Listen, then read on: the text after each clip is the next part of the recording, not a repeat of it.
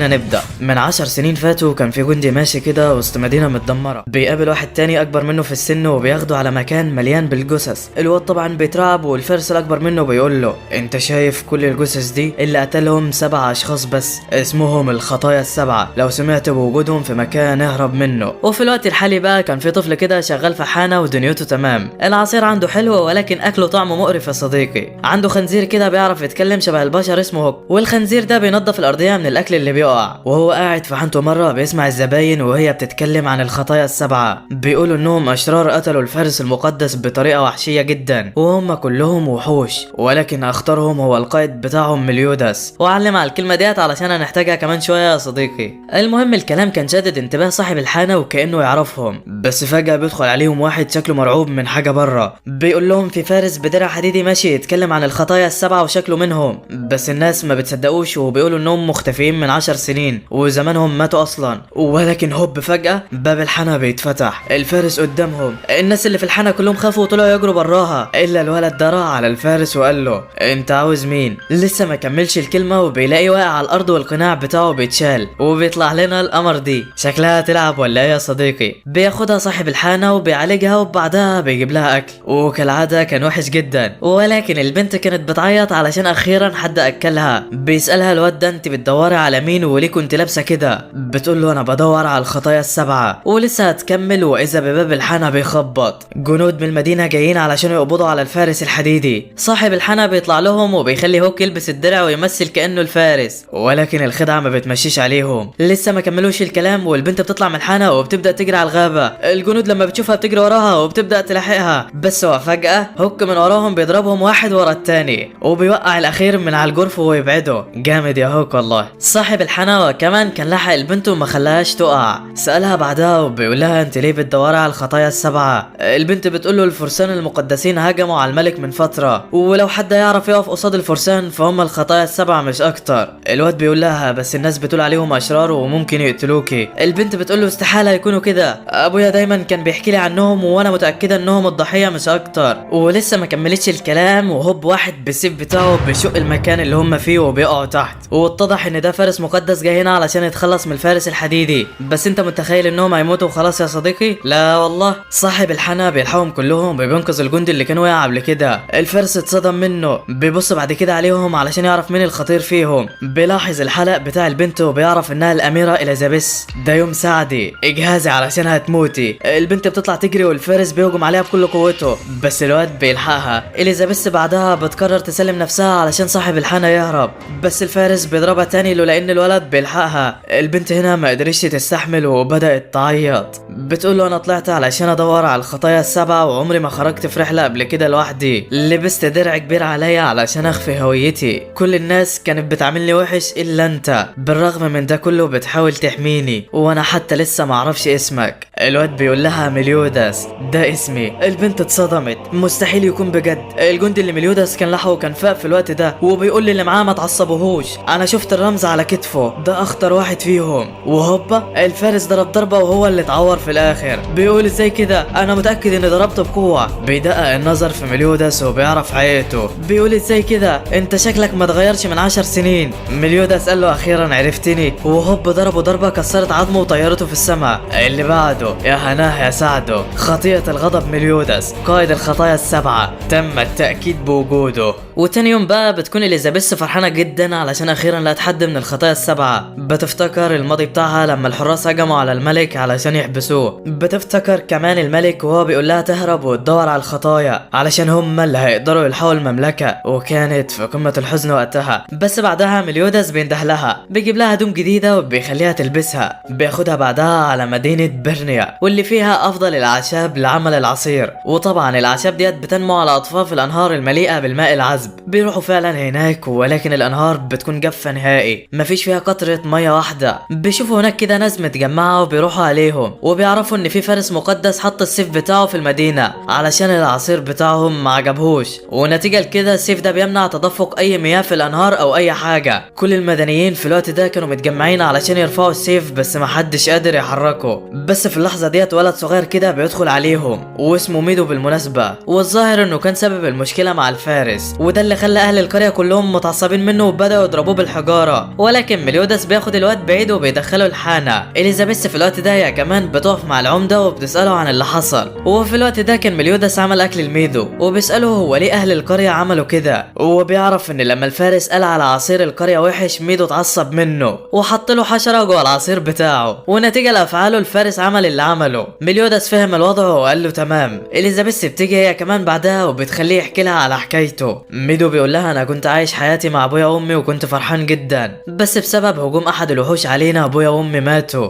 اهل القريه هنا ربوني وعملوني كاني واحد منهم، ما اثروش معايا في اي حاجه، بس كنت دايما بحس بالوحده واني مش جزء من اي عيله، وعلشان كده كنت بحب اكذب او الفت الانتباه باي حاجه علشان بس اي حد يعبرني. مليودس بيقول له علشان كده حطيت الحشره في عصير الفارس. ميدو قال له استحاله، العصير ده اهل القريه كلهم تعبوا وهم بيعملوه، ولما لقيت الفارس بيشتم مجهودهم والعصير بتاعهم اتعصبت وعملت كده. مليودس بيتاثر من كلامه، ولكن فجاه بيسمعوا صوت جاي من جوه القريه وبيطلع ان الفارس المقدس بعت لهم 2 من جنوده علشان يهددوهم لو السيف ما طلعش في حدود المغرب الضرايب اللي على المدينه هتزيد او هيقتلوهم كلهم. اهل المدينه كلهم كانوا متعصبين ومش عارفين يعملوا حاجه، ولكن مره واحده ميدو بيمسك السيف وبيحاول يرفعه. اهل المدينه بتتاثر بعزيمته وبيروحوا يرفعوا السيف معاه. الجنود ولاد الرخمه دول كانوا قاعدين يضحكوا على اهل القريه اللي مش قادرين يعملوا حاجه.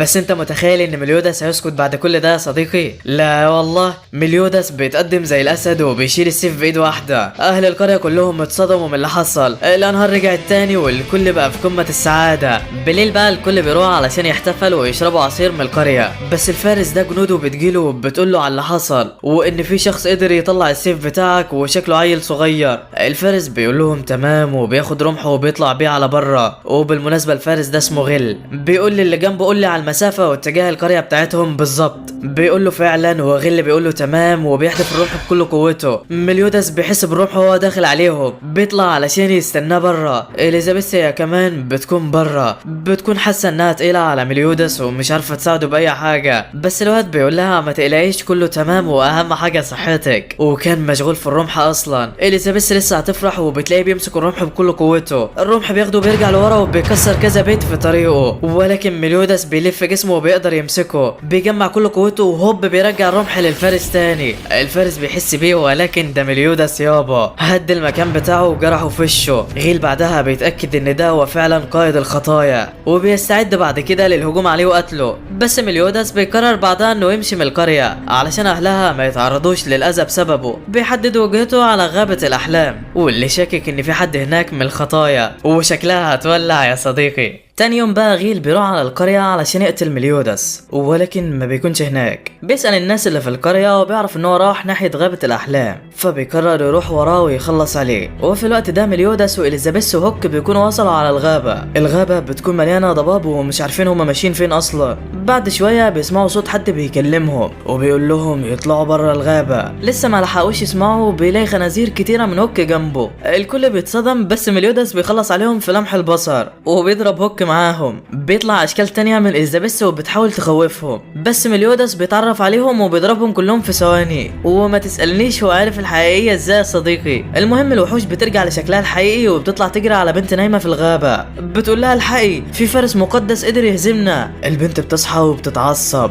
بتمسك مليودس وبتكون خلاص هتقتله، ولكن بعدها بتتعرف عليه وبتاخده في حضنها وبتطلع عضو هي كمان في الخطايا السبعة، خطيئة الثعبان ديانا. ولكن شكلها بتحب القائد شوية او شويتين يا صديقي، وبتنزل فيه ضرب بعد ما بتعرف انه بيسافر مع اليزابيث لوحده. ولكن وفجأة بيقطع كلامهم رعد من السماء، بينزل قدامهم وبيقيدهم كلهم، مفيش حد فيهم عارف يتحرك. ايوه يا صديقي، غل وصل علشان يخلص على الخطايا. بيدخل عليهم بكل شجاعة وبيقول لهم اجهزوا علشان هتموتوا. اليزابيث بتتعرف على غل وبتبدأ تقنعه ما يقتلش مليودس، بس ده مش شايف غير الانتقام مش اكتر. وبيطلع ان غل ده ابن الفارس المقدس زرتار اللي الخطايا السبعة متهمين بقتله اصلا. غل بيقول لي اليزابيث امشي من هنا، انا مش عاوز اقتلك معاهم. بيفك اللي عليها، ولكن البنت ما بتمشيش وبتروح تدافع عنهم. بيلاقي هوك تحته كده بيتلوى من الوجع، فبيشوطه برجله بعيد عنه، واليزابيث بتروح علشان تلحقه وبتبدا بعدها المعجنه. مليودس بيفك الكهرباء اللي عليه وبيقول لديانا ما تتدخليش في القتال. بيبدا الاتنين في هجوم من نار على بعض. غل بيكون متفوق وبيضرب مليودس بكل سهوله.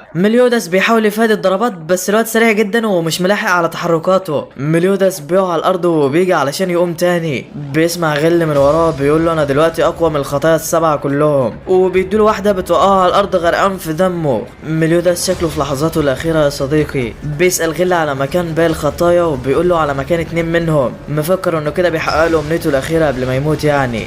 بس انت متخيل ان مليوداس هيخسر او هيموت يا صديقي؟ لا والله، مليوداس بيقوم ولا كأن في حاجه حصلت له وبيقول له انا كده خدت اللي انا عاوزه، يلا يا عم سلام. غل بعدها بيتعصب وبيبدا يهجم على مليوداس بكل قوته. الواد بيفادي هجماته بكل براعه وبيفضل يجرجر فيه لحد لما ديانا بتمسكه، بتقول له القائد بيقول لك سلام وبتحدفه بعيد، وفعلا مليوداس كان بيديله التحيه. بترجع اليزابيث هوك عليهم وبيكونوا فرحانين انهم اخيرا خلصوا من الفارس ده. بيقرروا بعدها يكملوا رحلتهم ويرجعوا 2 من الخطايا، بان وكينج. اليزابيث بتقول لمليوداس انت مصاب بجروح خطيره لازم نعالجك الاول، بس مليوداس بيقول لها ما تقلقيش كله تحت السيطره. بيدخل على اوضته علشان يرتاح واليزابيث بتكون قلقانه جدا عليه، بتروح بعدها وراه علشان تغير له هدومه، ولكن اول ما بتدخل بتلاقيه واقع على الارض مغمى عليه قدامها. البنت بتترعب جدا وما بتكونش عارفه تعمل ايه. ومن ناحيه تانية بقى في سجن باستا كان الحراس هناك عرفوا ان الخطايا جايين عليهم علشان يحرروا تالتهم او العضو الثالث من الخطايا.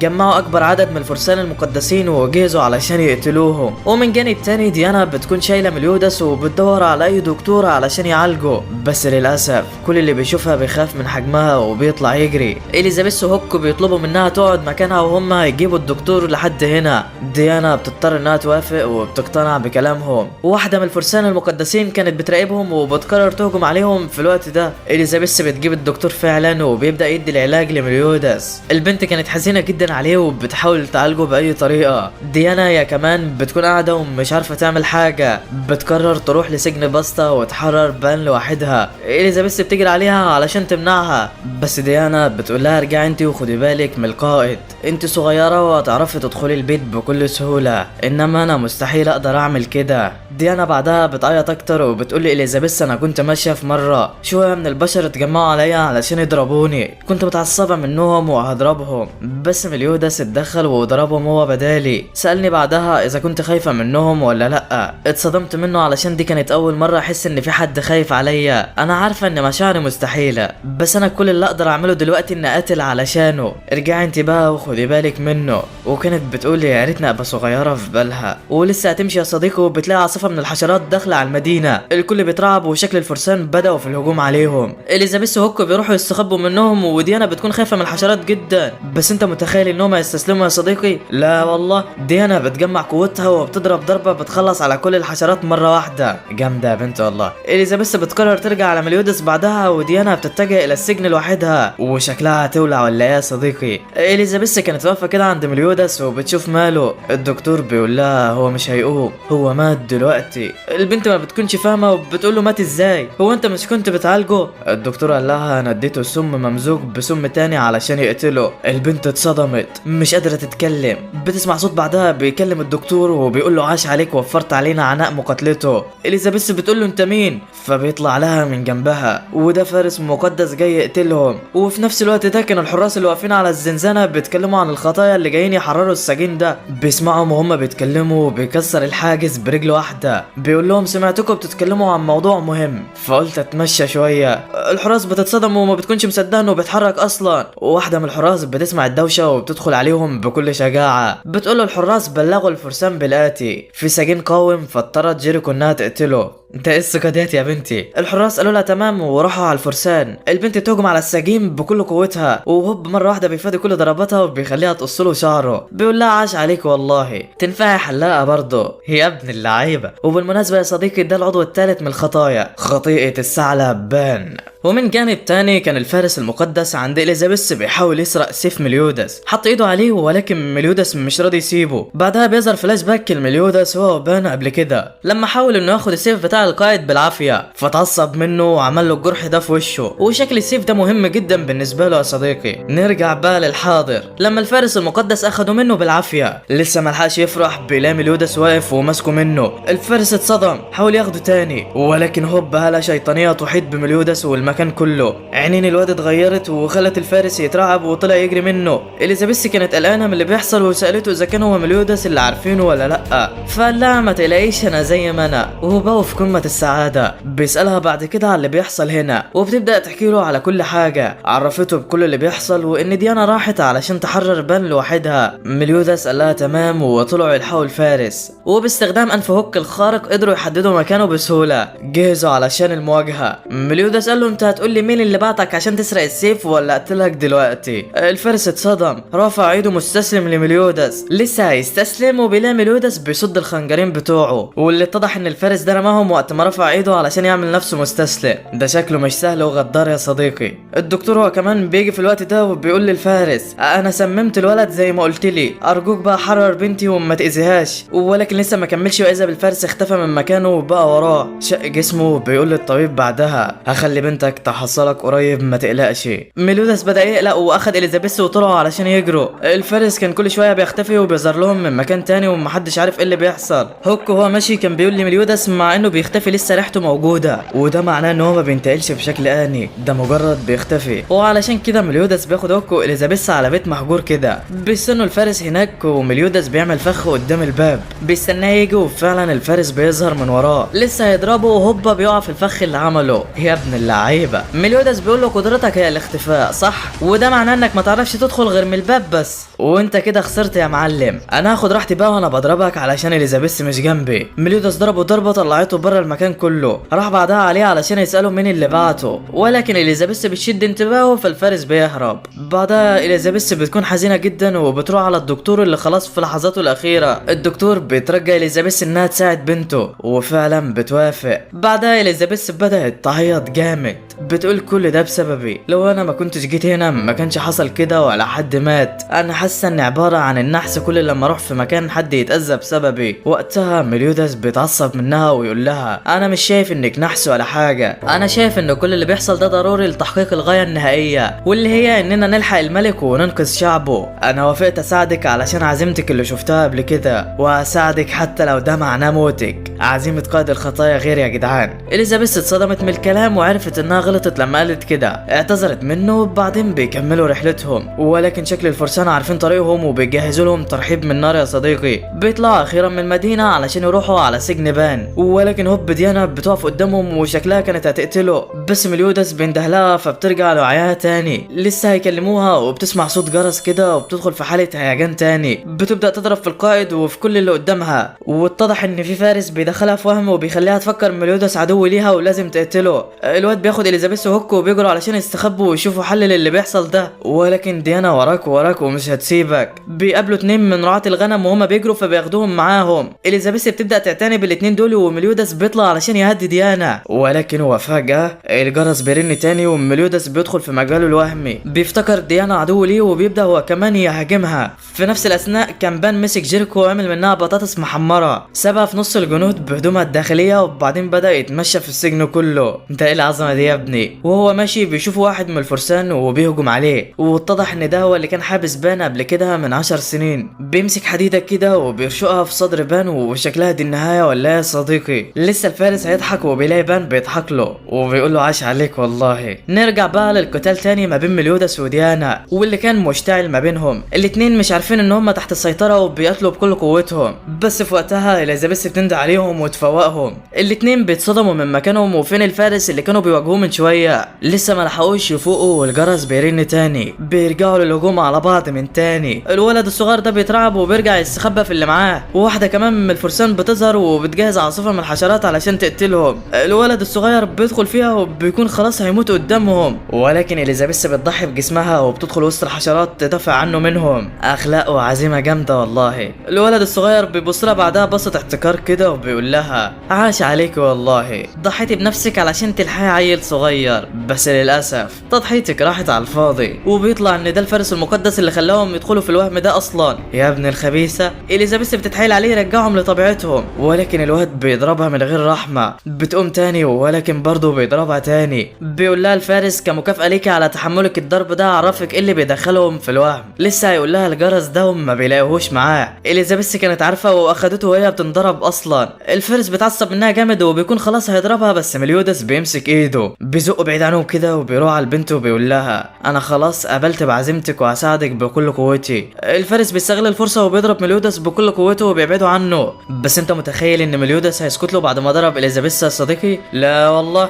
هوب بوكس بيخليه يطير في السماء. الفارس بيقف والبوكس التاني بيكسر بيه جدار السجن. بعدها وقف تالت بس التالتة ثابتة يا صديقي. الفارس خلص بضربة واحدة. مليودس بعد ما ضربه قال له ده جزاك علشان انت ضربت حد عزيز عليا. الله على الجمال يا ابني. اما الفارسة بتاعت الحشرات فديانا كانت قامت معاها بالواجب، والجنود بعد ما شافت الفارس بينضرب اترعبت وكلهم طلعوا يجروا من السجن وهربوا. اما اليزابيث فكانت تعبانة جدا من كمية الجروح اللي فيها ومش قادرة تتحرك. بتروح عليها ديانا وبتقرر توديها على المدينة تتعالج الاول، ولكن اليزابيث ما بترضاش وبتقرر تكمل معاهم الطريق للاخر. ديانا بتوافق على عزيمتها وبتحطها في شنطتها معاها. بعدها بيسألوا الراجل اللي واقف عن مكان كل من بنت الطبيب وبان، بيقول لهم على المكان فعلا وبعدين بيروحوا. اول ما بيدخلوا جوه السجن الفارس ده بيعمل عليهم تعويذة تحبسهم جوه السجن الى ابد الابدين، وبيقول مستحيل اي حد يقدر يطلع من هنا حتى لو كانت عشيرة تنانين هايجة. وفي الوقت ده كانت ديانا عرفت مكان بنت الطبيب وراحت علشان تنقذها. البنت كانت مرعوبة جدا منها ولكن في الاخر اغمى عليها. اخدتها ديانا وحطتها في الشنطة بتاعتها جنب اليزابيث، ولكن هم واقفين كده بيسمعوا صوت وراهم. بيبصوا واذا به بان خطية الثعلب، وبنعرف ان بان كان قدر يهزم الفارس وشال الحديدة وحطها في صدره. يا ابن اللعيبة. المهم بعد ما مليودس بيشوف بان بيبدأ الاتنين في الترحيب ببعض، وكان هزارهم تقيل حبتين يا صديقي،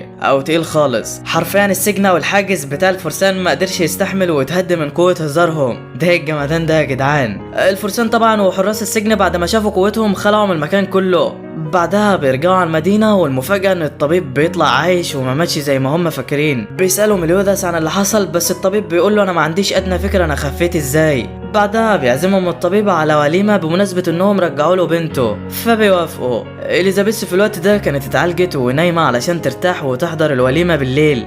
بس بعد ما عرفتها ديانا بان الطبيب بقى كويس كانت فرحانة جدا وعيطت من الفرحة. بالليل بقى بيعرفهم القائد على بان والكل بيرحب بيه. بيتصدم شوية من هوك علشان لقى خنزير بيتكلم ولكن مع الوقت بينسجموا، والكل بعدها بقى في قمة السعادة. وبعد ما احتفل الخطايا برجوع بان ليهم مع الطبيب وبنته قرروا بعدها التوجه الى عاصمة الموتى، وده علشان انهم سمعوا ان كينج هناك. بيروحوا هناك فعلا والكل بيكون متحمس، ولكن بان في الوقت ده كان عمال بيفتكر ذكريات مؤلمة في ماضيه لما حاول يسرق كاس الخلود في غابة الجنيات زمان. بيوصل عند الكاس فعلا ولكن الحارسة بتكون هناك وبتمنعه. بيحاول يطلع تاني ولكن بتمنعه، تالت ولكن كل مرة الحارسة بتوقعه من على الشجرة، لحد لما بان بيتعصب منها في مرة وبيقدر يسرق الكاس منها. لسه هيشربه البنت بتلحق ايده وبتكتفه بالشجر، بتاخده منه وبتقول له انت ازاي ما بتموتش من الوقعات دي؟ انت متأكد انك بشر عادي؟ بان بيقول لها كل مرة بقع على حاجة شكل بتحميني. البنت بتعرف ان الغابة بتحمي الشخص ده وشكله وراه حاجة. بتقول له البنت اللي اسمها إيلاين بالمناسبة ان الكاس ده هو روح الغابة، ولو شربته كده الغابة هتموت وهتختفي من الوجود. بان قال لها خلاص فهمتك ومش عاوزه، بس البنت كانت شاكة فيه وقالت هو اكيد يعني بيكذب. حاولت تقرأ افكاره واتأكدت ان هو ما بيكذبش فعلا. فكت بعدها وثاقه وعرفته بنفسها، وبان وقتها بيفوق من نومه. بيطلع على القائد بره وبيوصلوا اخيرا على مدينة الموتى وبيدوروا على كينج هناك. واليزابيث كانت سالت مليودس عليه وحكى لها شوية عنه وقال لها ده نجمة حظ الخطايا. وبان في الوقت ده كان ماشي في المدينة بيحاول يجمع اي معلومات ولكن مش لاقي اي حاجة. بيشوف بنت صغيرة كده بتقع قدامه من الجوع فبيروح عليها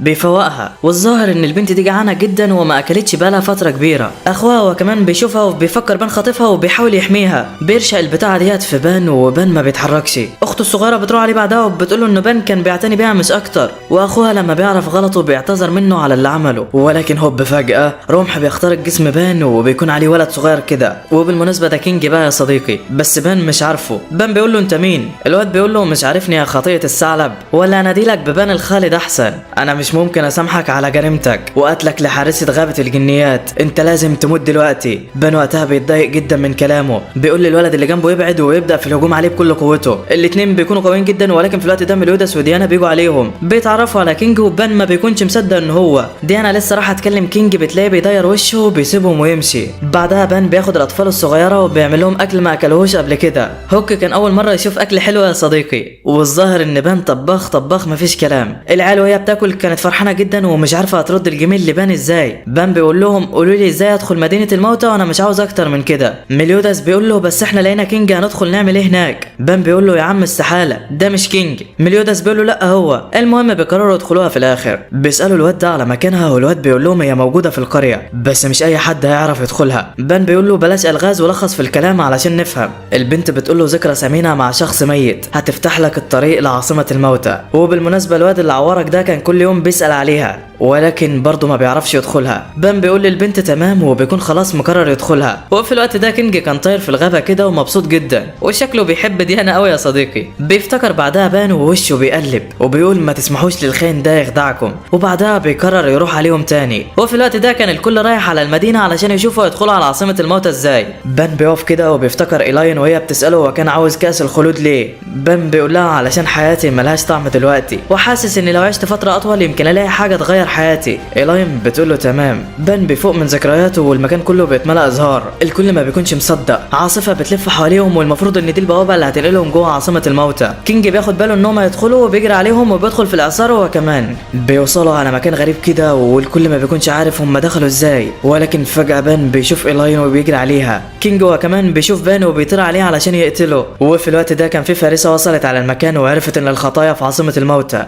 قررت تروح لهم هناك وتقتلهم وشكلها هتولع من هنا يا صديقي. الفارسه بعدها بتمسك الاطفال وبتخنقهم لحد لما بيقولوا لها على طريقه دخول. وبالمناسبه اسمها غيله بتقول لهم طالما هي عاصمه موتى فانا هدخلها بطريقتي. بتدخل ايديها في جسمها وبتوقف النبض بتاعها. مليوداس وهو ماشي في عاصمه الموتى كان حاسس ان في كائن غريب دخل معاهم. بيكملوا ماشي عادي وكينج كان عمال بيجري ورا بان بيقول له بعد عني بس الواد مش سايبه. بان بيتعصب منه وبيحاول يضربه ولكن كينج بيثبته في مكانه. بان اتاكد انه كينج فعلا. ساله انت بتعمل كده ليه اصلا؟ كينج بيقول له بعد ما سبت الخطايا من 10 سنين كنت راجع على موطني غابه الجنيات ولكن لقيت الغابه هناك اتدمرت وما عادش موجود حاجه. انا اول ما عرفت انك انسان خالد كنت مفكر ان ده عادي ولكن ما توقعتش تكون قتلت حارسه اليانبوع علشان تبقى كده. بان بيقول له وانت تعرف الحارسه دي منين اصلا؟ كينج قال له إيلاين تبقى اختي وانا مش هرحمك. بان بيقول له طيب هتموتني ازاي يا معلم وانا ما بموتش اصلا؟ كينج قال له مش لازم اقتلك، انا هحجرك هنا بواسطه سلاحي ومش هخليك ولا تموت ولا تعيش. بان استسلم وشكلها كده دي نهايته يا صديقي.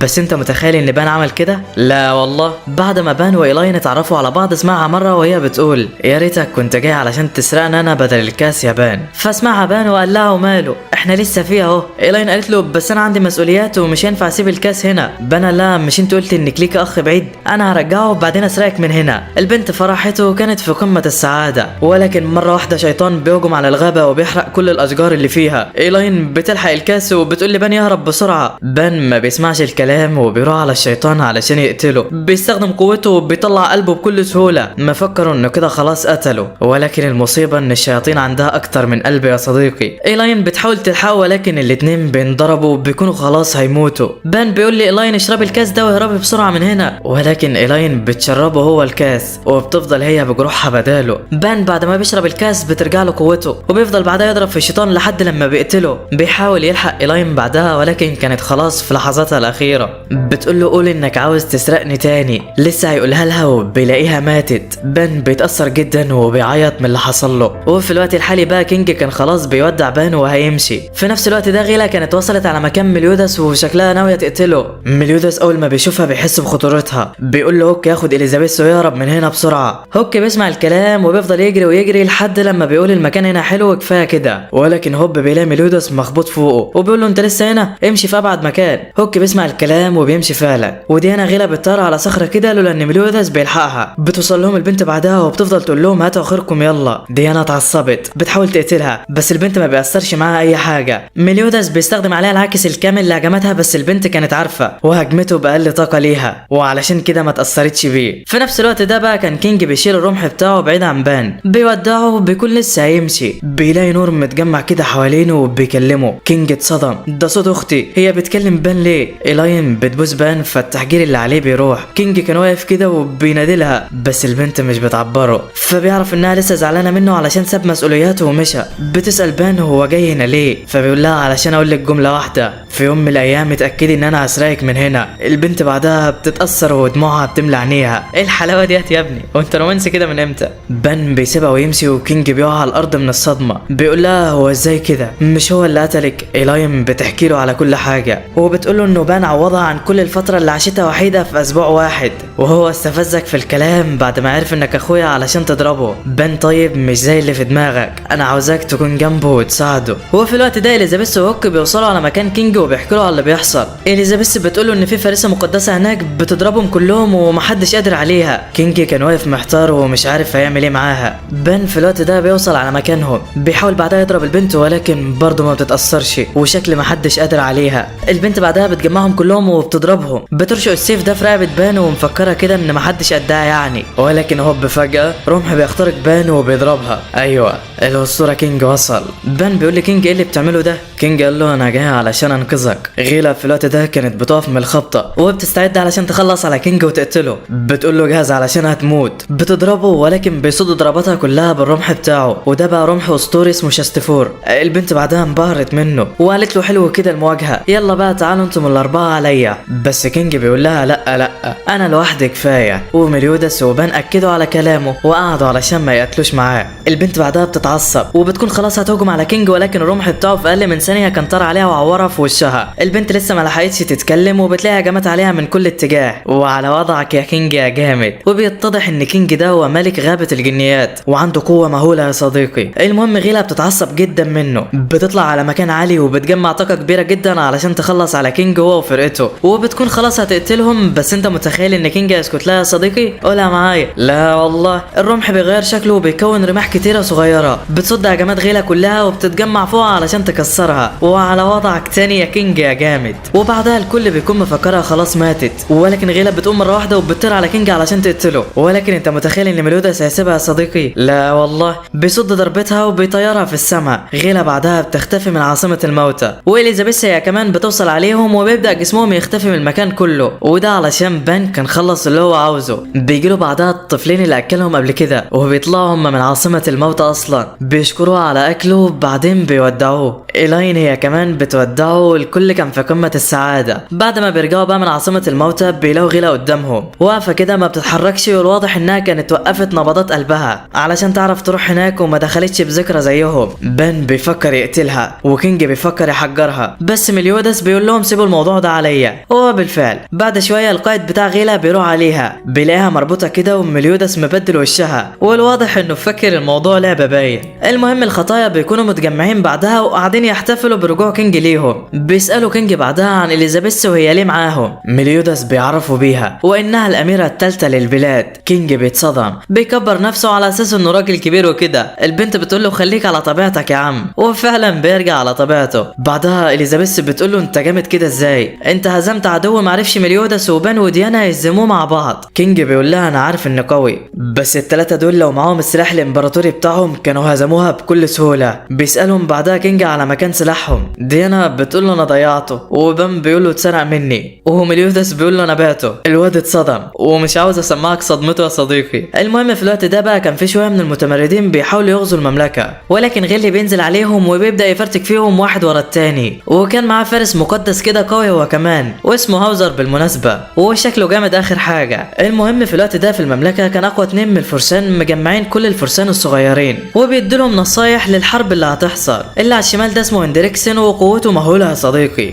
واللي على اليمين ده اسمه دوريفاس وقوي جدا برضه. المهم بعد نهايه الكلام غيل وهاوزر بيروحوا على دوريفاس علشان يحكي لهم على اللي بيحصل. بيقول لهم ان الخطايا السبعه انضم ليهم كينج دلوقتي وهم بقوا 4 مع بعض. هاوزر بيقول له بس هم اقوياء يعني، اكيد قوتهم زي اي حد من البشر. دوريفاس بيقول لهاوزر لا انت تعرف مملكه ليونا اللي دمرها هو شخص واحد بس، وهو قائد الخطايا مليودس. بعد ما سيطر عليه غضبه الواد بيتصدم وبعدين بيمشي. بعدها غيل بيحكي له على اللي هندريكسن بيعمله وانه بيجمع مجموعه كبيره من المبتدئين تاني. وفي نفس الوقت كان كينج بيشرح لمليودس عنهم برضه. بيقول لمليودس هتصدقني لو قلت لك ان غيلا فارسه مبتدئه وضعيفه؟ مليودس بيقول له بتهزر صح؟ كينج قال له لا، في اعداد كبيره جدا من الفرسان المبتدئين بداوا يظهروا الفتره الاخيره، عندهم قوه كبيره ولكن محدش عارف مصدرها وشكل الموضوع وراه حاجه. المهم هوك بيقول لكينج بعدها طيب هو السلاح الامبراطوري بتاعهم بيعمل ايه ليهم؟ كينج بيقول له لو افترضنا ان البحر ده طاقه واحد منهم مثلا، اللي هتعرف تاخده بكف ايدك، شويه صغيرين اكيد، لكن لو معاك السلاح الامبراطوري ده اللي هتعرف تاخده. هوك بيتصدم وبيروح على مليودس علشان يهزقه علشان بقى السلاح بتاعه. بعدها الكل بيرجع على الحانه علشان ينام. اليزابيث كانت زعلانه جدا وخايفه على اخواتها في المدينه وحاسه ان في حاجه مش كويسه بتحصل، بس مليودس بيطمنها ديانا وبيقول لها ما تقلقيش هننقذ كل قرايبك. البنت بتفرح وكانت في قمة السعادة، بس في المدينة كان في حاجة بتحصل فعلا. غيلة بتاخد الاتنين دول على تحت الارض كده وبتشيل اللي على وشهم. هندريكسن بيكون قدامهم وبيقول لهم اجهزوا علشان هتتولدوا من جديد. العيال ما بتكونش فاهمة حاجة، ولكن هندريكسن بيفهمهم. بيروح على الشيطان اللي بان قتله وبياخد منه كوبايتين كده، بيقول لهم اشربوا يلا، اللي عاوز القوة يشرب بسرعة. جيريكو بتفتكر بان وهو بيهنها قدام الجنود وبتشرب الكاس في ثانية. الواد ده هو كمان بيشربه بعد ما بيفتكر ان مليوداس هانه. بعدها جيريكو وقعت على الارض وجابت دم من بقها. الواد ده بقى موقعش وكان مفكر نفسه متوافق مع الشيطان، بس العكس هو الصح يا صديقي. جيريكو هي اللي نجحت وقامت بعد ما اكتسبت قدرات شيطانية، وشكل في مجزرة هتحصل. المهم الخطايا في الوقت ده بيروحوا على مدينة بازل، واللي هناك ناس بتقول ان في مطرقة عملاقة موجودة فيها ومحدش عارف يرفعها، والواضح ان ده السلاح الامبراطوري بتاع ديانا. والكل بيتفق بعدها انه هيروح الا ديانا واليزابيث، هيفضلوا عند الحانة. بيدخلوا المدينة فعلا وبيسألوا عن مكان المطرقة العملاقة. العجوز ده بيقول لهم على مكانها، وهو اسمه كاين بالمناسبة. بيروحوا هناك فعلا وبيلاقوا المطرقة،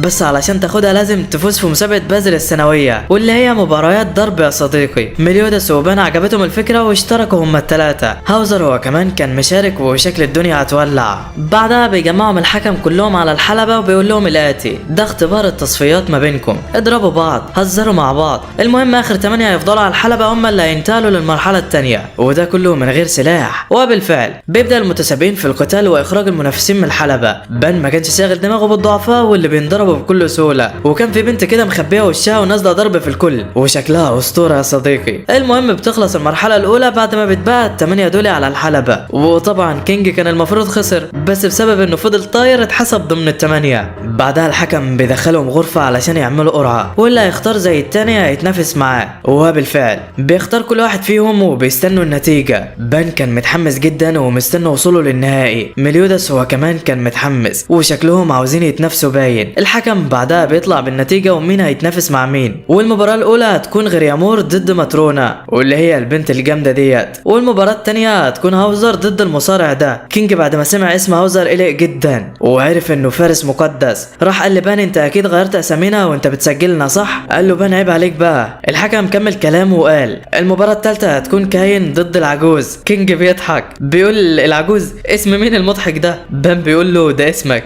عيل مستفز والله. وكينج طبعا اتصدم وكان في قمة الزعل. اما القتال الاخير بقى فهيكون بان ضد مليوداس، وكان مسميهم بقان ضد مليودافو. ابدعت يا ابني في تغيير الاسامي والله. المهم هاوزر بيشك فيهم بعد ما بيسمع اساميهم، ولكن بسبب غبائه ما بيعرفهمش. وبتبدا بقى اخيرا المرحله الثانيه في التصفيات، واللي هتتواجه فيها ماترونا ضد غريامور. وبالمناسبه بقى ده خطيب اخت اليزابيث فيرونيكا، واللي كانت موجوده في المسابقه وسط الجمهور وبتدور عليها. بيطلع الاثنين على الحلبه وبيجهزوا القتال. الحكم بيقول لماترونا الطاقية مسموح بيها، ولكن العباية لازم تتخلع. بتقلعها فعلا، وهنا كانت الصدمة. هو مش دي هدوم اليزابيث ولا ايه؟ مليوداس كان حس بحاجة غريبة وكان مصدوم شوية. بيبدأ القتال ما بين الاتنين، وغريامور كان قوي جدا وما بيتأثرش بهجماتها. بعدها الواد بيفعل طاقته، بيحوط جسمه بجدار عازل كده بيمنع الهجمات من الوصول ليه. قدرته هي جدار السحر وصعبة ويكاد يكون مستحيل على حد انه يقدر يكسره. هاوزر كان عارف التقنية ديت ومستني البنت خلاص علشان تخسر. غريامور بدأ يوزع في الحاجز في الحلبة كلها، وخلاص ماترونا فاضل لها تكة وتخرج من الحلبة وتخسر. بتسمع بعدها غريامور وهو بيتكلم عن الخطايا. بتعرف انه ناوي يقتلهم، والبنت بتتعصب جدا من كلامه. بتجمع كل قوتها وبتضرب بوكس بتكسر الحاجز بيه. الله، هي قوية كده ازاي؟ الطاقية على وشها بتطير وهي بتضربه وبتظهر حقيقتها. دي ديانا، هي صغرت كده ليه؟ غريامور بيطير من البوكس بتاعها وبيقع على الارض، والحكم بعدها بيعلن فوز ماترونا في القتال. بتطلع بعدها على مليوداس ولسه هتقول له على اللي حصل، بتلاقي مليوداس بيسالها انت مين؟ فديانا اتعصبت وضربته بالبوكس في بطنه. ما كانش صح يسالها الصراحه. المهم كينج بيروح عليها بعدها وبيقول لها ايه اللي حصل؟ انت ديانا صح؟ وفين اليزابيث؟ هي مش كانت معاكي؟ قالت له ديانا على اللي حصل وانها كانت مع اليزابيث في الغابه بيدوروا على مكونات للاكل يجيبوها، ولكن وهم هناك ظهر لهم فطر عملاق كده وحاول يهجم على اليزابيث. ديانا ضربته من هنا وهوب طلع عليهم غاز صغر جسمهم، وخلاهم في الحجم ده يا صديقي. وديانا بعد ما صغرت لبست هدوم اليزابيث وجت هنا، واليزابيث كانت مستخبيه مع ديانا، ولكن ما ينفعش اوريها لك يا صديقي، او هي يعني. المهم مليودس بيجي وبيعتذر من ديانا عن اللي حصل، بترجع مبسوطه تاني والكل كان في قمه السعاده. القتال التاني كان بدأ وكان هاوزر ضد المصارع ده واللي ما كانش عارف يعمل معاه اي حاجه وخسر بكل سهوله. بعدها بقى بيجي وقت القتال التالت، كاين ضد العجوز. يا ترى مين اللي هيفوز؟ شد حيلك يا عجوز. بيدخل الاتنين على الحلبه وبيستعدوا للقتال، وعلى عكس المتوقع كينج من غير سلاحه كان ضعيف جدا وما كانش عارف يعمل اي حاجه مع كاين وخسر طبعا بكل سهوله. ننتقل بقى الى النهائي والى الحدث الرئيسي وهو قتال مليودس ضد بان. يا ترى مين اللي هينتصر؟ الى ان وصل دور بان ضد مليودس، فيا ترى بقى مين اللي هيفوز فيهم؟ يلا بينا نكمل الانمي. وبعد ما بيطلع الاتنين على الحلبه بان بيقول لمليودس مالك كده، انا شايفك متحمس قوي. مليودس بيقول له لا بس افتكرت حاجه كده من الماضي. بان بيقول له ايه هي؟ مليودس قال له هتعرف دلوقتي، وضربه بالبوكس في وشه. بان وقتها افتكر اللي حصل اول مره اتقابله لما كان بان موجود في الحبس بعد فشل اعدامه 36 مره. بيدخل عليه مليودس وبيقول له تعالى معايا بره. بان بيقول له طلعني بالعافيه لو تقدر، وفعلا مليودس بيطلعه بالعافيه. بان وقتها بيفرح جدا وبيقول له الجوله الاولى من نصيبك بس الثانيه هتبقى من نصيبي. مليودس بيقول له لو عاوز جوله ثانيه يبقى لازم تيجي معايا، فبيوافق. ومن يومها وهم مع بعض بيستمتعوا بالمنافسه. نرجع بقى للقتال ما بينهم وهم في اوج حماستهم. القتال عالي المستوى وكل اللي كان واقف كان مصدوم من قوه الاثنين وسرعتهم. مليودس كان مسيطر في الاول وبيضرب بان بكل قوته، بس بان مش سهل برضه. بيستخدم قوته في الانتزاع وبيبدا ياخد طاقه مليودس ويضيفها ليه. فعلا قدره مرعبه. مليودس قدراته الجسديه يكاد تكون اختفت وما عادش قادر يعمل حاجه. بان بيضربه وبيقع على الارض وشكله هيخسر. ديانا كانت بتتفرج وحاولت تمنع بان من ضرب القائد ولكن كينج منعها. مليودس بيقول لها ما تقلقيش انا اللي هكسب. ففي وقتها بان اتحمس، بيجمع كل القوه اللي اخدها من مليودس وهوب بيضرب بوكس بيكسر الحلبه من قوته. بس المفاجاه مليودس اللي كان واقف منتصر وبان هو الخسران وكان جسمه مليان بالجروح. قال لا هو ايه اللي حصل؟ وبيتضح بعدها ان بان بعد ما ضرب القائد بالبوكس في بطنه مليودس قام واتفعلت هيئته الشيطانيه، كسرت ايد بان وضربه في كل جسمه، وده كله في اقل من ثانيه يا صديقي. يا نهار ابيض. كينج وديانا كانوا واقفين مرعوبين من قوه مليودس والكل طبعا كان في ذهول من الموقف. بس بعدها الحكم بيحكم بفوز مليودس وبقوا في قمه السعاده. بيطلع بعدها على ديانا وكينج اللي كانوا لسه مستغربين من اللي حصل، وبيقول لديانا تجهز علشان هي اللي عليها الدور. بتديله اليزابيث وبتطلع فعلا على الحلبه واللي هتنافس فيها هاوزر، واللي كان ولع من الحماس بعد مشاهدته لبان ومليودس وهم بيقاتلوا. بس من ناحيه تانية كانت فيرونيكا وغريامور بيدوروا على اليزابيث في كل مكان ولكن مش لاقيينها. فيرونيكا في الوقت ده كانت قلقانه جدا عليها وخايفه للخطايا يعملوا لها اي حاجه. نرجع بقى للقتال بتاعنا. بعد ما دخل هاوزر وديانا على الحلبه بيبداوا في الهجوم على بعض والواد بيكون قوي جدا وديانا بتفادي هجماته بكل صعوبه، مفكرها خايفه منه بس الحقيقه هي خايفه على الهدوم مش اكتر. يا بنت الجامده. هاوزر بعدها بيتحمس وبيبدا في الهجوم بشراسه اكتر عليها والبنت هدومها كلها باظت. هاوزر بيهجم عليها باعصار تاني وديانا ما بتقدرش تستحمل وبتطير في الجو، مفكر انه كده خلاص هيكسبها ولكن انت بتحلم يا ابني. ديانا بتفعل تقنيتها الحديديه، بتنزل عليه وبتكسر عظمه. يا بنت اللعيبه. بعدها بيحكم الحكم بفوز ماترونا في القتال وكانت في قمه السعاده. ننتقل الى القتال الثاني في نصف النهائي وهو مواجهه مليودس ضد كاين. بيطلع الاثنين على الحلبه وشكل كاين دورة حاجه. بيقول لمليودس وهو بيطلع انا كنت شاكك فيك اول ما شفتك، انت زيه وفي نفس طوله، ولما سمعت اسمك مليودا فوت اكدت منك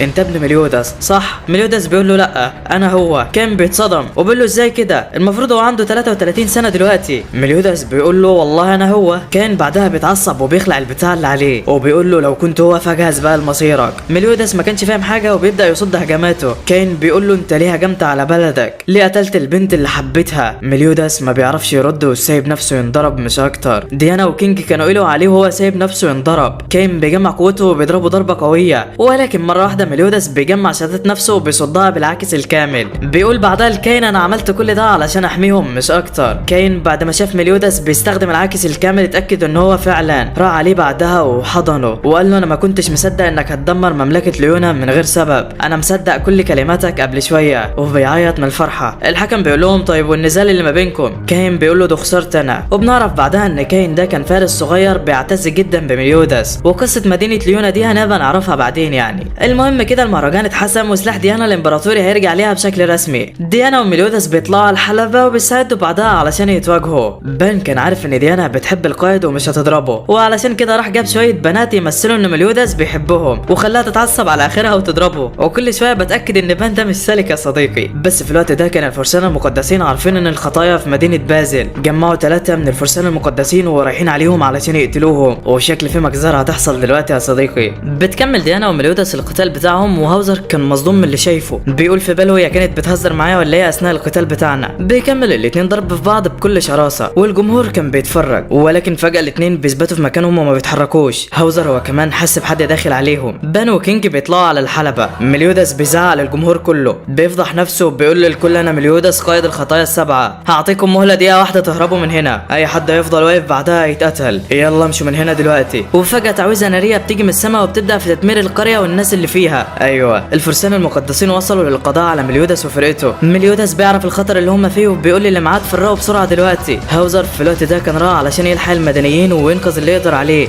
فيرونيكا في الوقت ده كانت قلقانه جدا على اليزابيث وقررت تدور عليها قبل ما يحصل لها حاجه، وغريامور كان عاوز يمنعها ولكن ما قدرش. في نفس الوقت ده بان كان ماشي كده وهوبا رمح جيركو بيخترق قلبه وبيلزقه في الجدار. ها فاكرني؟ بان بيقول لها انت تعرفيني؟ البنت بتضربه وبتوقعه على الارض وبتكسره حرفيا، بتقول له انا اللي استهزأت بيا في سجن باستا واهنتني هناك، غضبي تجاهك خلاني اوصل ليفل تاني من القوه، انا مستحيل اسامحك. غيلا في الوقت ده كانت قابلت مليودس هي كمان والقت عليه تعويذه ناريه، سلسله من الانفجارات هتفضل تنفجر فيه لحد لما تقتله. هوك كان بيجري في الوقت ده وبيدور على اي مكان يستخبى فيه هو واليزابيث، وهوبا مليودس وبان طايرين في السماء ومخبوطين قدامه. تم هزيمه كل من بان ومليودس على ايد الفرسان، مفكرين ان كده محدش قدهم يعني، ولكن جالكوا العو اللي تخافوا منه. كينج مسكهم هما الاثنين وعمل منهم شاورما، بيقول لهم بعدها خلصتوا ولا لسه؟ هوك اخد مليودس وبان وراح علشان يخبيهم على مكان كويس. ديانا في الوقت ده كانت بتدور بقى على سلاحها الامبراطوري ولكن مش لاقياه. بتشوف بعدها راجل مسن واقع قدامها وبتجري علشان تلحقه. هاوزر بيشوفها وهي بتلحق المسن في الوقت ده وبيستغرب جدا من اللي بتعمله. فارس مقدس تاني بيدخل عليهم، بيفعل قوته على ديانا والعجوز وشكله هيقتلهم. ديانا بتحدف العجوز لهاوزر وبتقول له خدوا المكان امن، وبتقع هي في حفره كده جوه الارض، وشكلها دي نهايتها ولا ايه يا صديقي؟ اليزابيث في الوقت ده كانت عماله بتدعي مليودس يخف، وما كانتش ملاحظه ان جسمها بدا يرجع لطبيعته. بتعدي اختها فيرونيكا من جنبها وبتشوفها وهي في الحاله ديت، وبتدي لها بعدها هدوم تستر بيها نفسها، وبعدين بتفرح جدا انها سليمه وما فيهاش حاجه. بتقول لها فيرونيكا انا سمعت انك اتحالفتي مع الخطايا علشان تخلصوا على الفرسان كلهم. اليزابيث بتقول لها انت فاهمه الموضوع غلط. فيرونيكا بتزعق لها بعدها وبتقول لها فاهمه ايه غلط بالظبط؟ انت بتتعاملي مع شويه وحوش مش اكتر، واكبرهم هو زعيمهم مليودس، وحش وما عندوش اي رحمه. اليزابيث بتتعصب، بتحاول تدافع عن مليودس قدامها، بس فيرونيكا ما بيفرقش معاها كلامها. بتاخد ايد اليزابيث ولسه هتمشي، بتلاقي مليودس ماسكها وبيقول لها انا اللي هحميها. فيرونيكا اتصدمت، بتطلع بتاعها كده بعدها من ايديها. هندريكسن كان عطالها، قال لها اول ما تقربي من مليودس رديت التعويذه ديت وهو هيتحبس جواها، ودي اداه بتحبس اي حد عنده قدرات شيطانيه. بتقول البنت التعويذه فعلا ومليودس بيتحبس جواها. اليزابيث بتكون مستغربه من اللي حصل وبتقول لها رجعيه، بس دي بتقول لها معرفش بيرجع ازاي. اليزابيث بتحاول تقاوم بس غريامور بيمسكها وبيدخلها جوه الجدار بتاعه وبيقول لها انا اسف بس دي اوامر فيرونيكا. هوك بيحاول يحرر اليزابيث ولكن ما بيعرفش.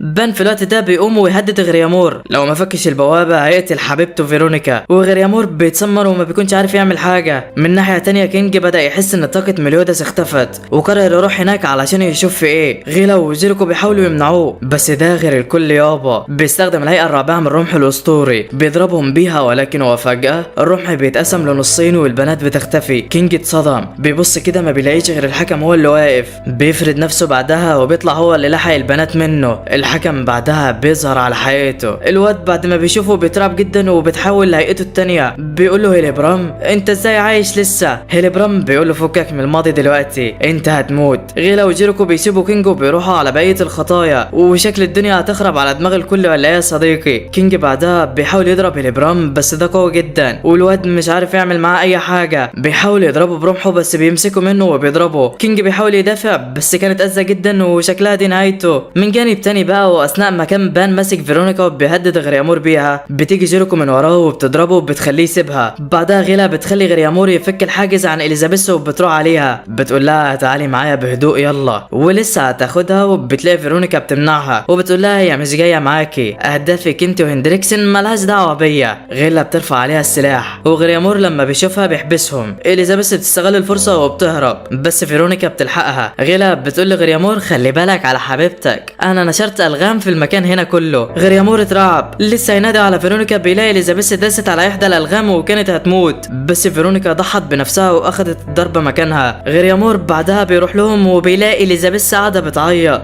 وبتحاول تفوق فيرونيكا باي طريقه. البنت بتفتح عينيها فعلا وبتقول اليزابيث انت كويسه؟ انا اسفه علشان زهقتلك قبل شويه، انا بحبك. اليزابيث بتقول لها انا اللي اسفه، ما تعتذريش، انت على طول كنت بتقفي جنبي وبتحميني، حتى وانت صغيره كنت على طول بتحميني. فيرونيكا بتلفظ اخر انفاسها وبتقول لغريامور انا عاوزاك تقف جنبها وتحميها. غريامور لسه ما ردش وبيلاقي البنت غمضت عينيها وماتت. الواد ما قدرش يستحمل وعينه دمعت من الحسره، طاقته السحريه اتزعزعت والحاجز اللي على غيلا وجيريكو بيفك. بيروحوا بعدها على اليزابيث علشان يقبضوا عليها، بيضربوا غريامور وبيجهزوا علشان يخطفوها. اليزابيث في الوقت ده كانت حزينه جدا وبتنادى على مليودس علشان يلحقها. غيلا بتقول لها صياحك ده ملوش اي لازمه، استحاله يسمعك، بس انت بقى متخيل ان مليودس هيسيبها يا صديقي؟ قولها معاي. لا والله، الحاجز اللي اتحبس فيه مليودس اتكسر، بدات تتسرب هاله مليودس الشيطانيه، المكان كله اتغمر بطاقه شيطانيه وبان كان مرعوب. مليودس جسمه كله اترسم عليه علامات غريبه كده والكل كان مرعوب منه. غيلا وجيريكو في الوقت ده حسوا بدماء شيطانيه بتغلي جواهم، لسه ما اتحركوش وبيلاقوا مليودس بيقطع ايد غيلا وبياخد سيفه، بعدها بيلوح بيه كده والمكان بيتدمر. جيريكو كانت قلقانه عليها وراحت علشان تعالجها، بتعمل تعويذه فعلا وسط رعب وخوف من مليودس اللي هيقتلها. بان في الوقت ده كان حاسس بحاجه غريبه من القائد، لسه هيقول لغيلا وجيريكو ما تتحركوش، بيلاقي مليودس بيهجم عليهم وبيشقوا نصين كده في طريقه وشكله ما عادش شايف قدامه. بعدها مليودس بيروح على اليزابيث وهوك بعد ما بيدمر كل اللي حواليهم، بيطمن عليها وبعدين بيتجه الى مكان كينج. واثناء ما كان هيلبرام بيعذب في كينج وهيقتله، بيحس بطاقه مليودس الضخمه وهي بتحتل المكان كله، بينزل عليه بعدها وبيبدا يكسره. هيلبرام ما كانش سهل وعمال بيضرب مليودس برضه. بعدها بيقول لي مليودس انا كده عرفت حقيقتك، انت هجيم من البدايه وعندك قدرات شيطانيه صح؟ مليودس ما بيردش عليه وبيطلع حاجات من جسمه وبيبدا في الهجوم عليه. هيلبرام بيحاول يفادي ضربات يمين وشمال بس ده مش هيسيبك. بينجح هيلبرام مره انه يضرب مليودس بالسيف بتاعه، ولكن العلامات السوداء اللي على جسمه بتحميه، العلامات بتكبر اكتر ومليودس شكله هيخلص عليه. ولكن في وقتها هيلبرام بيقول لمليودس عن سر طاقته، بيقول له انا قدرتي متصله باكتر من 20 فارس مقدس، وطالما انت قادر عليهم يبقى محتاجين اكتر. وفعلا هندريكسن بيعطي جزء من قوته في الرابط. طاقه هيلبرام زادت بدرجه كبيره وقدر يفوز على مليودس بضربه واحده. يا نهار ابيض، شكل هندريكسن ده قوته مهوله باين. المهم هيلبرام بيقول بعدها كل الخطايا كده قد تم سحقهم، ودلوقتي كل اللي انا محتاجه هو السيف بتاعك والاميره. واليزابيث في الوقت ده كانت قلقانه جدا وخايفه على مليودس لا يحصل له حاجه. هيلبرام كمان كان بيلبس الخوذه وبيجهز علشان يقتله،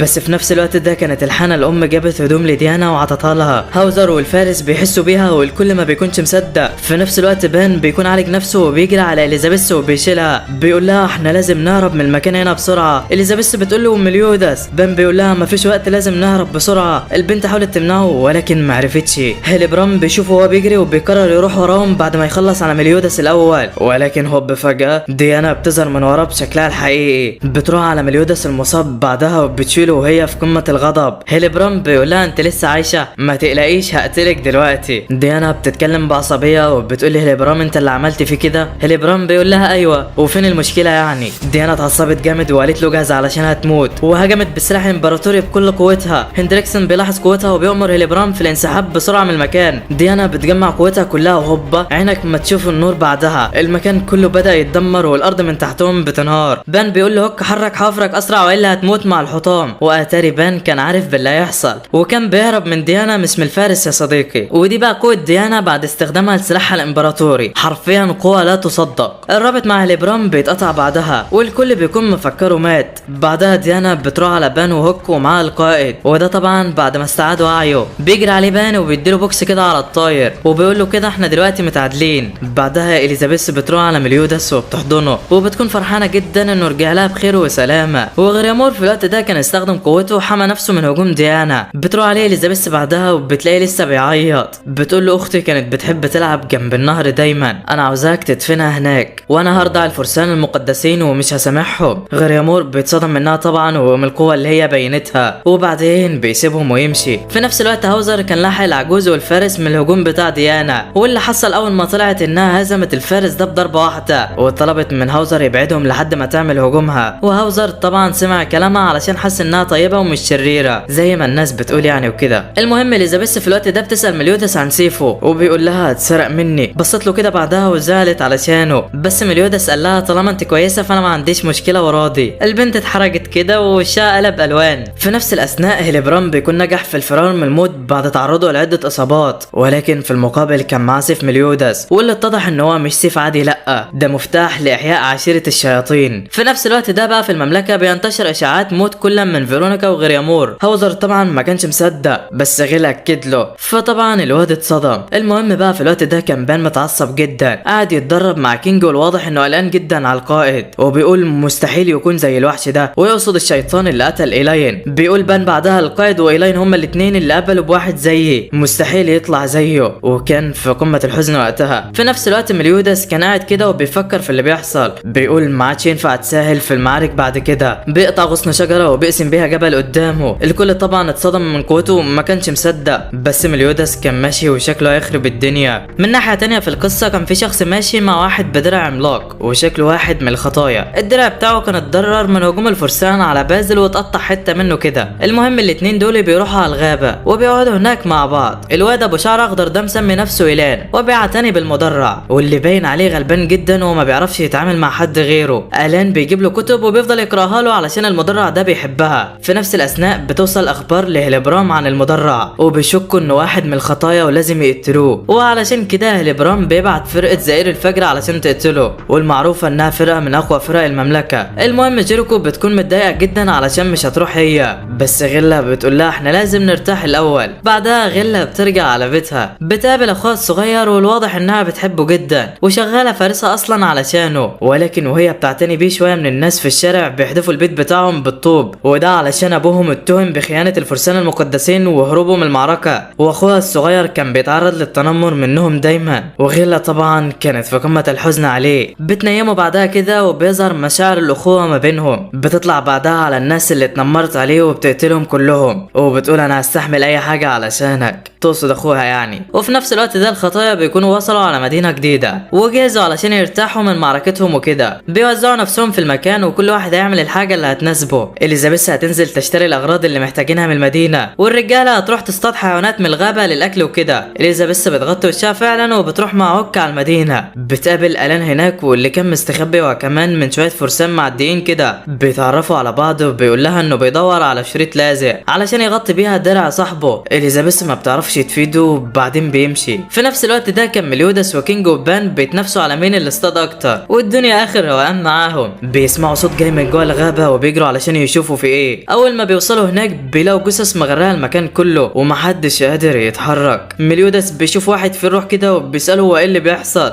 الراجل ده بيقول له ان العملاق المدرع بيقاتل فرقه زئير الفجر وهو اللي ضربهم. مليودس بعدها بيشك ان ممكن يكون واحد من الخطايا وبيجمع الفرقه وبيجري عليهم علشان يلحقوا. فرقه زئير الفجر في الوقت ده بتكون محاوطه المدرع وبيجهزوا علشان يقتلوه، ولكن مليودس وفرقته بيجوا علشان يحموه. الكل بيتسمر مكانه واللي هيتحرك الاول هيخسر القتال. وفي وسط ان الكل كان واقف وخايف يتحرك بيلاقوا إيلان داخل على المدرع وبيتكلم ولا في دماغه. بان بيقول له ايه اللي انت بتعمله ده، انت اتهبلت. الواد مش فاهم حاجه. المدرع اتعصب بيضرب بايده على الارض وفرقه الفرسان بدات في الهجوم. مليودس بيهجم على واحد فيهم ولكن بينجح يثبته. كينج هو كمان بيتثبت وبان بينضحك عليه هو كمان بوهم كده من صنعهم. بيطلع واحد من الفرسان من وسط الجثث وبيكون مجمع طاقته وخلاص شكله هيقتل المدرع. بيضرب بالسهم بتاعه والكل ما بيكونش فاهم اللي بيحصل، مفكرين خلاص كده ان المدرع مات، ولكن هوب بيتفاجئوا إيلان ماسك السهم بايد واحده. بيقول لهم وسط المعركه وانشغال الكل بالقتال كان في واحد واقف مستني السهم يجي في المكان اللي هو عاوزه، وهو انا يعني. مليودس بيتصدم من طريقه كلامه وبيقول معقوله؟ ايوه معقوله يا صديقي، خطيه الماعز جسر وصل وشكله هيخرب الدنيا. الفرسان اللي كانوا واقفين ما كانوش مصدقين ان ده من الخطايا السبعه، بس اللي رمى السهم قال لهم طالما قدر يمسك السهم المشبع بطاقته السحريه يبقى مش شخص عادي. بان بعدها بيروح على جسر وبيقول له يعني اللي كان جوه الدرع طول السنين اللي فاتت كان انت؟ ده ايه الصدمه ديت؟ جسر بيقول له ايوه، وبيتعرف على باقي الخطايا. بعدها بيسالوا مليودس عن اللي جوه الدرع بداله، بس هو بيقول لهم والله ما اعرف. الفرسان بعدها بيقولوا له خلصت حفله الترحيب بتاعتك يلا بينا بقى. جسر بيقول لهم يعني مفيش امل خالص انكم تسيبوه في حاله؟ الفرسان قالوا له لا. وبس لحد هنا بيخلص الجزء بتاعنا. لو عاوزين جزء كمان اكتبوا لي في التعليقات، وما تنساش اللايك والاشتراك يا عم، ويلا سلام سلام سلام.